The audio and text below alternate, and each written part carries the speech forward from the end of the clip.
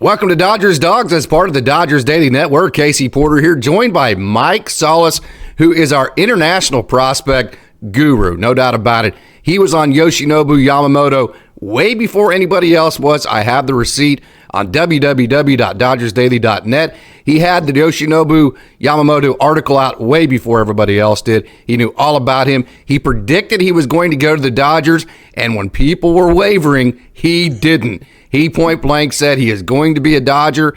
Mark it down, and he is super pumped about that. So if you need to know anything about the international prospects, Mike is your guy. Brought him in today. Mike, thank you so much for joining Dodgers Daily. The hot take today is going to be about Shota Imanaga and Roki Sasaki. Thanks for having me, Casey. Happy New Year. Okay, so let's dive in. The Dodgers need a left-hander. Some people think because they don't have a left-handed starter. As of now, of course, they could re-sign Clayton Kershaw. Shota Imanaga is out there, so tell us all about him. Shota is 30 years old. He's 5'10". He's pretty much the same built as Yamamoto is. He's 5'10", 190 pounds. The only difference is he's a left-handed pitcher, which is a good thing. One thing that I did find out when I was doing some research on him is he played 5 weeks in the Australian Baseball League in 2018. And in his 6 starts, he went 4-0 with a .51 ERA, with 51 strikeouts, 1 walk. He broke the league record for his WHIP of .429.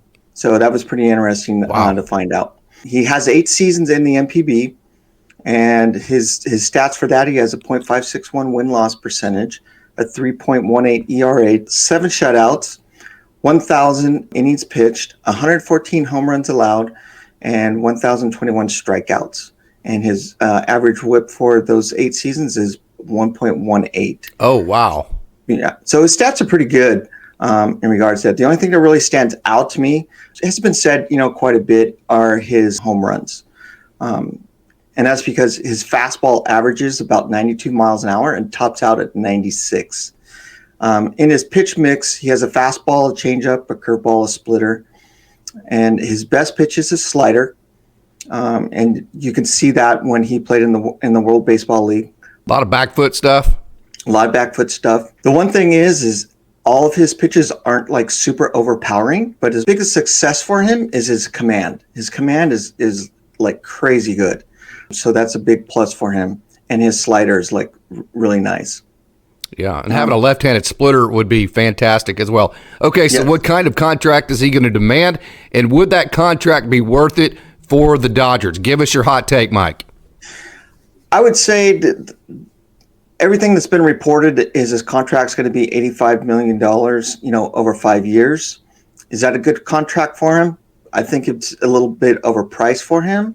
I would go in the $60-65 million range over that time frame, only because he's not the elite pitcher as Yamamoto is. Where do you think he would stack up in the Dodgers rotation? On the back end, the front end, where would he stack up there? I think he stacks up on the back end, and that's just not for the Dodgers. I would say that for every team that's interested in him.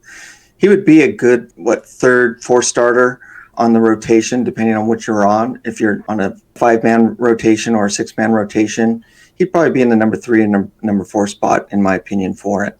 And that's only because of the home runs that he gives up. He doesn't give up like a crazy amount. It's there. Like last year, in his last season in the MPB, he gave up 17 home runs out of 22 games last year. And you got to take into account that in the league last year, there was only 2 hitters that topped out at over 30 home runs in the whole season. One thing that I will say is with the Dodgers pitching organization that they have and all the coaches, that I think they could fix that for him.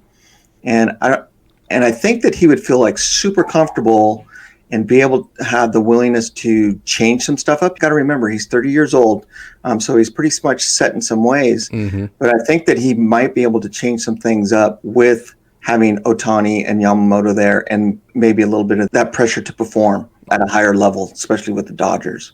So I think that's one thing that the Dodgers give him more than any other team. Yep. So the 5 years, of course, I think the Dodgers need flexibility, especially if it's not for a dominant type pitcher. And the reason is you're getting Dustin May back sometime this year. Hopefully you'll get Gonsolin back next year. You're going to want to re-sign Walker Buehler. If he has a good year, you might re-sign Clayton Kershaw to a 2-year contract. And then you have Roki Sasaki, who has the 100-plus fastball, and you got to have enough flexibility to have your choice between those guys. So if you sign a guy like that to a 5-year contract, you lose some flexibility with some of these other guys. So it'd be worth it to tie him up and then not be able to get Roki Sasaki. Give us your hot take on that and talk all about Sasaki. Yes, I agree with that. But here's the one hot take for me is I don't think they're going to re-sign Walker Buehler. So that's going to leave his position open for Roki Sasaki if he comes out and is available in 2025. That's a big if. He's reworking his contract right now for the new season that's coming up. I'm really high on Sasaki. Yamamoto and him were the two main guys that I focused on quite a bit once I started following the Japanese league. They have probably about 10 to 12 pitchers that are super great now that the MLB is going to actually be able to thrive off of and be able to pick up, and they're going to all be solid. Roki Sasaki, his big thing is he's only played 3 seasons in the MPB so far. His win-loss percentage is pretty good. He's 19-10 with a .65 win-loss percentage. His ERA is 2, which is excellent out of 46 games pitched. One thing that he has is he has 2 complete games, and he's the youngest player in his generation of having 1 shutout in complete games. So it was pretty good. Out of 283 innings pitched, he has 376 strikeouts with a whip of .839. His biggest pitch that he has are 2 pitches, which is his fastball. And his fastball has a vertical break of 19 inches. Wow.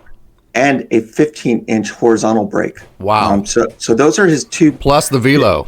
Yes, plus the velo, wow. which topped out at 102 miles an hour. So he has that in his splitter that he throws. He throws that at plus 90. Yeah. He does have a slider, and he has 2 breaking balls that he has. So his pitch mix he doesn't have the big arsenal that everybody has, but his fastball and splitter are elite. Yeah. And he throws that probably over 90% of his time when he's on the mound. Imagine Tony Gonsolin with a fastball that can reach 102 miles an hour. How good would that be, right? Exactly. Okay, Mike. Well, thank you so much for joining Dodgers Dogs as part of the Dodgers Daily Network for our latest hot take. Thank you, Casey. Appreciate it.